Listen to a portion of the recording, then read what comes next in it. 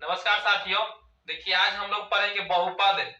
बहुपद के बेसिक के क्लास होगा आज, और बेसिक के बारे में जानना बहुत ही जरूरी है। ये क्लास 10वीं के छात्रों तथा अन्य जो कॉम्पिटिटिव एग्जाम होते हैं उनके छात्रों के लिए बहुत ही ज्यादा महत्वपूर्ण है, और साथ साथ जो डीएलए का फॉर्म भरे हैं उनके लिए भी ज्यादा महत्वपूर्ण है। ठीक है ना, यहाँ से क्वेश्चन डीएलए में भी आता है, बीएड में भी आएगा, साथ साथ क्लास 10th के जो भी विद्यार्थी है उनके लिए भी आएगा, और जितने भी एग्जाम आपके कॉम्पिटिटिव होते हैं उन सारे के लिए जो वीडियो है महत्वपूर्ण है। ठीक है ना, तो देखिए बहुपद होते क्या है, तो बहुपद कहते किसे है, तो बहुत सारे पदों के सम्मिलित रूप को कहते हैं बहुपद। बहुत सारे पदों के सम्मिलित सम्मिलित रूप को बहुपद कहते हैं, बहुपद कहते हैं। जैसे एक्स स्क्वायर प्लस के 4x प्लस के 6 ये बहुपद है, या इसको आप ऐसे लिख सकते हैं कि x के cube minus 5x square minus के 6x प्लस के 8 ये भी बहुपद है। कोई x जो चर होते हैं वो अपने आप में बहुपद है, जैसे x भी अपने आप में क्या है, बहुपद है। x भी जो होते हैं वो अपने आप में बहुपद है। अब देखिए x अपने आप में कैसे बहुपद है, क्योंकि x का अनंतो मान होता है, हर समय x के मान एक नहीं होते, बदलते जाते हैं, इसलिए x y z a b c जो भी होते सब के सब बहुपद है आपके हैं। तो a से लेके z तक जितनी भी आप संख्याएं मतलब अक्षर होते हैं, a से लेके z तक, इसको लेटर कहते हैं, ये सभी के सभी लेटर क्या होते हैं, बहुपदे होते हैं। ठीक है ना, कुछ और कंडीशनें हैं जहां बहुपदे नहीं होते हैं। ठीक है, तो पहले तो जाने कि कैसे आप बहुपद, ये सब जो लिखे सब बहुपद है। अब कुछ नियम है जो आपको ध्यान रखना है जो बहुपद नहीं होते उसके लिए। तो बहुपद न होने के कारण, बहुपद न होने के कारण ये रहा, बहुपद न होने के पहली कारण ये है कि किसी भी प्रश्न में एक से अधिक चर नहीं आना चाहिए। अगर एक से अधिक चर आ गया तो वो बहुपद नहीं होते हैं। ठीक है ना, तो एक के किसी भी प्रश्न में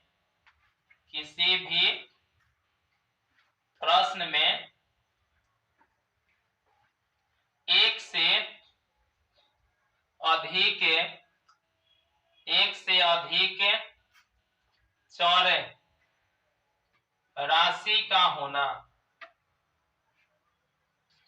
ठीक है, अगर कोई भी प्रश्न में एक से अधिक चर राशि आ जाएंगे तो वह बहुपदे नहीं होते हैं। ठीक है, जैसे आप इसको ऐसे देख सकते हैं कि मान लेते हैं कि 6x स्क्वायर हो जाए प्लस के 7y लिख देगा प्लस के 8, तो ये बहुपद नहीं है, ये वाले बात बहुपदे नहीं है, क्योंकि ये में एगो x और एगो क्या है, y है।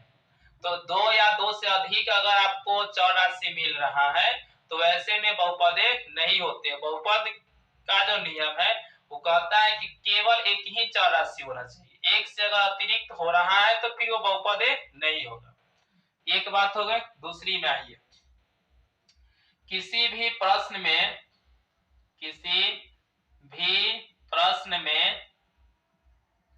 अगर चर राशि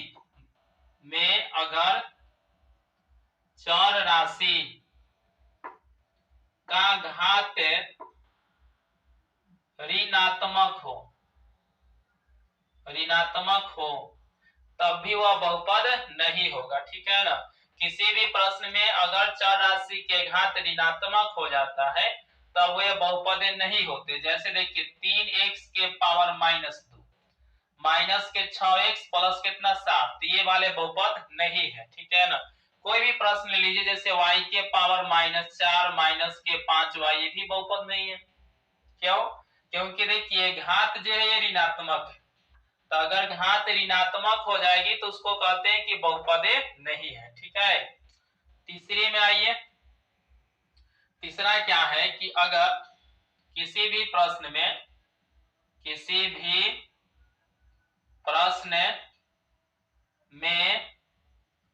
अगर चर का घात चर राशि का घात भिन्न में हो तो वह बहुपद नहीं होता है, तो वह बहुपद नहीं होता है। ठीक है, तो वह बहुपद नहीं होता है।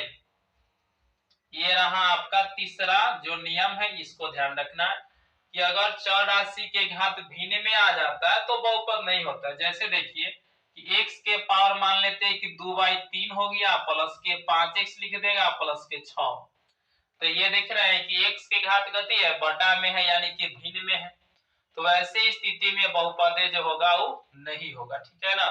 तो ऐसा कोई भी प्रश्न आ जाए, कोई भी राशि हो सकता है, x के ऊपर y लिख देते हैं, तो y के पावर 5/2 हो गया,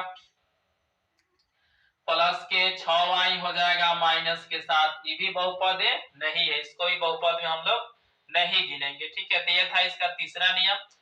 एक दो नियम और है, उसको भी देख लेते हैं।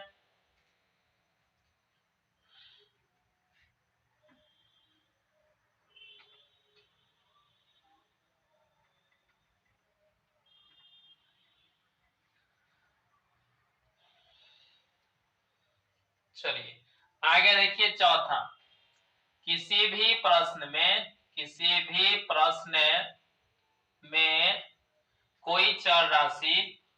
कोई भी चर राशि रूट में, रूट को इसे हिंदी में कहते हैं वर्गमूल, ठीक है ना, वर्ग मूल, या उसे रूट भी लोग कहता है, रूट या रूट भी कह देते हैं,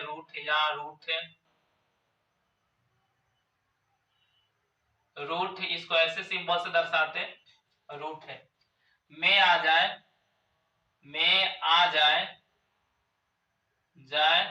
तब भी वह बहुपद नहीं होता है, बहुपद नहीं होता है,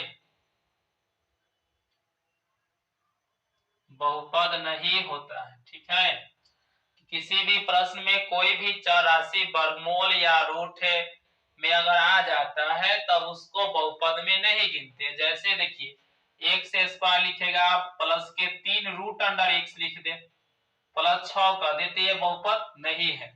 या इसको ऐसे लिख देगा y स्क्वायर माइनस के 4 रूट अंडर y माइनस 8, ये भी बहुपद नहीं है।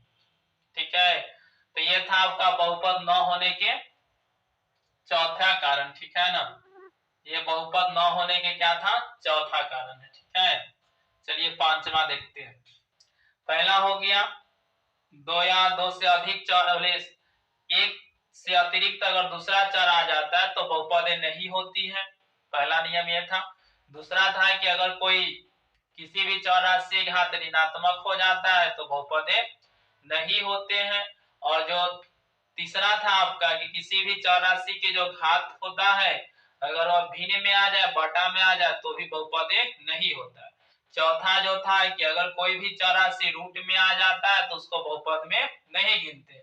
पांचवा जो है कि किसी भी प्रश्न में कोई भी चर राशि इसमें एक ही गो चर होता है तो एक ही वो आएगा, दूसरा तो आ नहीं सकता है, या x आ जाए चाहे y आ जाए। तो किसी भी प्रश्न में कोई भी चर राशि भिन्न के हर में आ जाता है, भिन्न के हर में आ जाए तो वह बहुपद नहीं होता है। ठीक है, तो ये था आपका पंचमा और लास्ट कारण था बहुपद नहीं होने का। ठीक है ना, देखिए जैसे में रहेगा कि 5 बटा में x स्क्वायर लिख देगा, प्लस के 5x लिख देगा, प्लस के 6, तो ये वाले बहुपद आपका नहीं है। ठीक है, ऐसी स्थिति में इसको हम लोग बहुपद में नहीं गिनते हैं।